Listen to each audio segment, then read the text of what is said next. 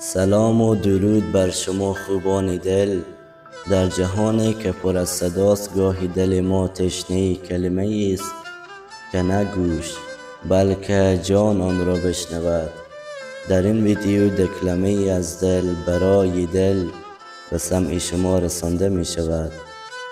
امید است که موردی پسند شما خوبان قرار گیرد.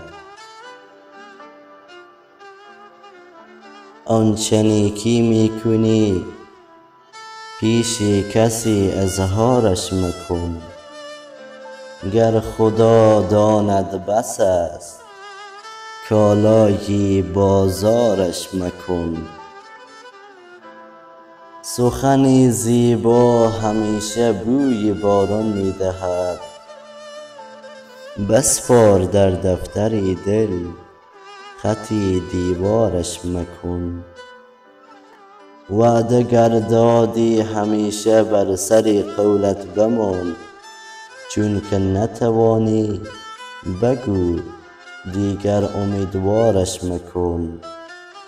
ای که از روی لجاجت زود قضاوت می کنی، بی گناه را همچو منصور بر سر دارش مکن.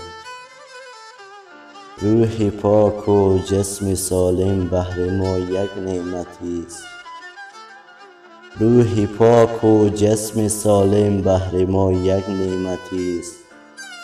پس بیا با کینه و حسرت بیمارش مکن. پس بیا با کینه و حسرت بیمارش مکن.